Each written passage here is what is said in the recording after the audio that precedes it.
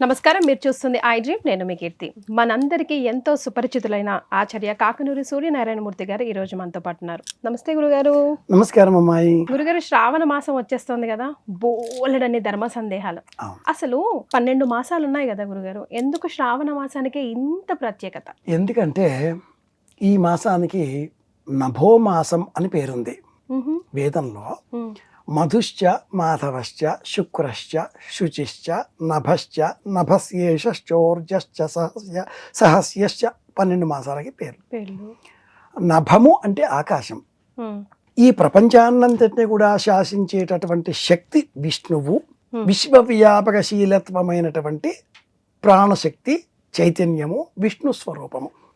విష్ణు అనగానే మళ్ళీ మనం చతుర్భుజు శంఖము చక్రము గద లక్ష్మి అనుకోకూడదు. ఒక చైతన్యము, ప్రాణశక్తి, జీవశక్తి. ఆ జీవశక్తి శ్రవణ నక్షత్ర మండలంలో కనిపించే మాసం ఈ మాసం. అందుకే శ్రావణ మాసం. శ్రావణ మాసం అన్నారు. పౌర్ణిమ శ్రావణ మాసం సందర్భంగా పౌర్ణిమ నాడు శ్రవణ నక్షత్ర మండలం వద్ద చంద్రుడి సంచారం ఉంటుంది. ఈ మాసంలో మనము ఆకాశం వైపు చూచి ధ్యానం చేస్తూ అంతర్ముఖులమై మనలో ఉండే ప్రాణశక్తిని, జీవ చైతన్యాన్ని పెంచుకోవాలి. ఎందుకని? ఈ మాసంలో పగటి కాలం తగ్గిపోతుంది, రాత్రి కాలం పెరిగిపోతుంది. అంటే మనకు సప్తర్షి మండలము, బేర్ ఆంగ్లంలో, మనకంటే గ్రీకులు చాలా పేర్లు పెట్టేశారు వీటికి. ఆకాశం అసలు మన పురాణ గాథలన్నీ కూడా నక్షత్రాల కదలికలకు సంబంధించినవి. ప్రాతరీయ అవాణం ప్రథమాయ జధ్వం ఋగ్వేద మంత్రం. ఏ రోజు ఏ నక్షత్రం మనకు కనిపిస్తుందో ఆ రోజు ఆ నక్షత్రాన్ని పూజించాలి. ఏమి అలా నక్షత్రాన్ని పూజించాలి అంటే ఆకాశంలో అక్షంతలు ఇస్తామా? మరి ఆ కనిపించే నక్షత్రానికి సంబంధించిన అవుట్లైన్ గీతలు గీసి ఒక పురాణం కథ. భాద్రపదం చవితి, వినాయక మండలం గణపతి. శ్రావణ మాసం విష్ణువు, కృష్ణాష్టమి కృష్ణుడు. శ్రవణ నక్షత్రం స్వామి ఈ మాసంలో అవతరించాడు. విశేషంగా ఈ మాసంలో పూజ చేద్దాం. ఇది వెన్నెల మాసం. శ్రవణ నక్షత్రాధిపతి చంద్రుడు. జ్యోతిషపరంగా చంద్రుడు మనఃకారకుడు. పాలకడలిలో లక్ష్మీదేవితో పాటు ఉద్భవించిన వాడు కదా చంద్రుడు. అందుకే చంద్రుని మనమంతా మేనమామ అంటాం, చందమామ అంటాం. లక్ష్మీదేవి అమ్మ, శ్రీమన్నారాయణమూర్తి తండ్రి. ఈ క్రమంలో చందమామ అయిపోయాడు ఆయన. అందుకని ఈ మాసంలో మనము ఉపవాస వ్రతం పాటిస్తూ, సప్తర్షి కృచ్ఛ చాంద్రాయణ వ్రతం, ఇవన్నీ ఉపవాస వ్రతాలు. చాతుర్మాస్య వ్రతం, ఇది కూడా ఉపవాస వ్రతం. ఈ విధంగా అంతర్ముఖులమై సూర్యాస్తమయం కాకంటే ముందే దీపారాధన చేస్తూ చిన్నారి బాలబాలికల్ని కూర్చుండబెట్టుకొని విష్ణు కథలు లేదా కృష్ణ కథలు లేదా ఆధ్యాత్మిక కథలు ఇవి చెబుతూ కాలం గడపాలి. అందుకని ఈ మాసానికి శ్రావణ మాసం అని పేరు. ఈ మాసానికి ఇంకో పేరు కూడా ఉంది, వ్రతాల మాసం. నోములు వ్రతాలు. నోములు వ్రతాలు రెండు మళ్ళీ వేరే అర్థాలు. నిత్యమైనది నోము, వ్రత్యతే అనేనా నియమంతో కూడుకున్నది వ్రతం. కృష్ణాష్టమి వ్రతం అలా కాదమ్మాయి. అసలు ఈ శ్రావణ మాసం ప్రారంభమయ్యేదే చాతుర్మాస్య ద్వితీయ అశూన్య శయన వ్రతంతో ఆరంభం అవుతుంది.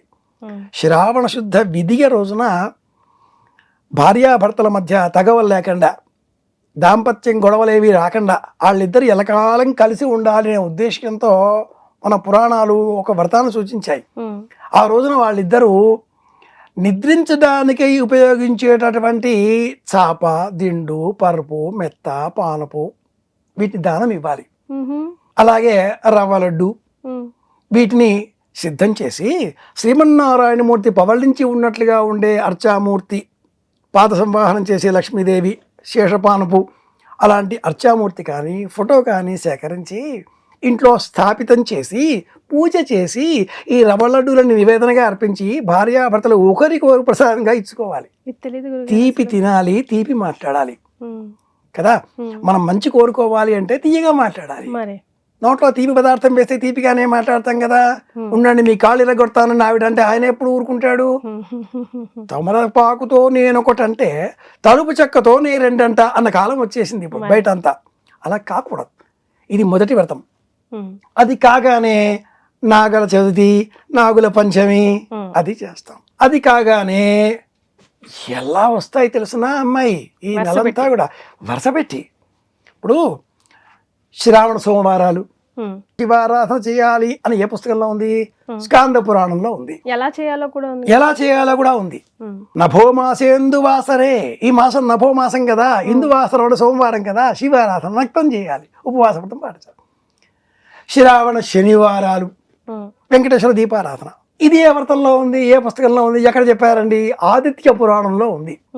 అలాగే భవిష్య పురాణంలో, స్కాంద పురాణంలో కూడా ఉంది. నిజానికి అన్నట్టు ఈ శ్రావణ శనివారాలు స్కాంద పురాణాంతర్గతమైన విధానం, శ్రావణ శుక్రవారాలు భవిష్యోత్తర పురాణం, శ్రావణ మంగళవారం వరలక్ష్మి వ్రతంతో పాటుగా చేసేటటువంటి శ్రావణ మంగళవారం మంగళగౌరి వ్రతం, పెళ్ళైన వధువు 5 ఏళ్ళు చేసుకుంటుంది.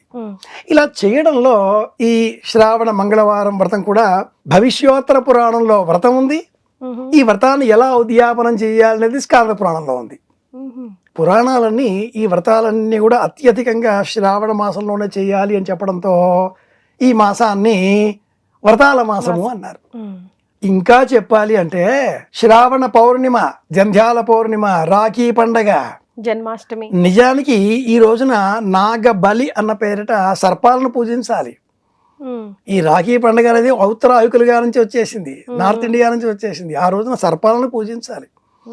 ఈ మాసమంతా కూడా ఇలా పండగల చేత నిండిపోవడంతో అందరి ఇళ్లలో కూడా ఏముంటాయి తెలిసిన అమ్మాయి? నానబోసిన శనగలు ఉంటాయి, కిలోల కొద్దీ ఉంటాయి. అలాగే మంగళవారం మంగళగౌరి వ్రతం చేసుకోవడంతో చలిమిడి ఉంటుంది, అంతంత దీపాల ముద్దలు ఉంటాయి, చలిమిడి ఉంటుంది, శనగలు నానబోసినవి ఉంటాయి. మొలకలు రాకంటే ముందే తినాలి అన్నట్టు చాలా మంది పెద్ద పెద్ద మొలకలు వస్తే ఆరోగ్యం అంటారు. అలా తినకూడదు. ఆయుర్వేదం చెప్పింది ఏమిటి అంటే, నానపోసిన శనగలని 5 గంటలు దాటిన తర్వాత ఆ వెంటనే తినేయాలి. ఒక రోజంతా నానబెట్టి తెల్లారి ఇంత పొడువుగా వచ్చేస్తే వాటిని ఫ్రై చేసి వేయించి మసాలాలు జల్లి దాని రూపురేఖలు మార్చి జనాలు ఏది రుచి అవుతుందో అది మన మరణానికి కారణమవుతుంది. నాలికకి ఏది రుచి అవుతుందో అది ఎక్కువగా తింటాం, దానిపైన మనకు మమకారం పెరుగుతుంది, అది మన మరణానికి దారితీస్తుంది. ఎవరిని చాలా ఇష్టపడతామో వారే మనకు అత్యధికంగా దుఃఖాన్ని కలిగించేవారు అవుతారు. ఇది కరెక్టే గురుగారు. నాలికను నియంత్రించుకోవాలి, శ్రావణ మాసం నేర్పించేదే అది. అందుకే ఈ మాసం అంతా ఉపవాసాలుగా సప్తఋషి కృష చాంద్రాయణ వ్రతం, త్రిరాత్ర వ్రతం, అనేకం ఋషి పంచమి వ్రతం ఎన్నో వస్తాయి ఈ మాసంలో. కాబట్టి ఈ మాసానికి ఇంత ప్రత్యేకం. కొసమరుపుగా చెప్పేది ఏంటంటే, ఒక విషయం ఉంది అమ్మాయి, ఇదే ప్రశ్న నన్ను చైత్రమాసం గురించి అడిగావనుకో, ఆ మాసానికి ఇంత ప్రత్యేకత ఉందనే చెప్తాను. వైశాఖం కావచ్చు, జ్యేష్టం కావచ్చు, ఏ మాసం చెప్పినా ఆ మాసానికి ఇంత ప్రత్యేకత ఉంది అని చెప్తూ ఉంటా. అంటే సనాతన ధర్మం భారతీయానికి సంబంధించి హిందూ జీవన విధానంలో ప్రతి నెల ముఖ్యం, ప్రతిరోజు ముఖ్యం, ప్రతి క్షణం ముఖ్యం.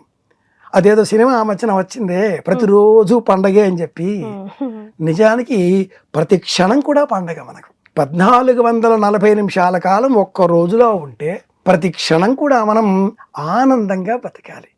పరమాత్ముడు ఈరోజు నాకు జీవితాన్ని ఇచ్చాడు, రాత్రి పడుకోగానే ఏం జరుగుతుందో నాకు తెలియదు, పొద్దున్న లేవగానే మళ్ళీ ఇంకో రోజు ఉందిగా, థ్యాంక్స్ టు గాడ్.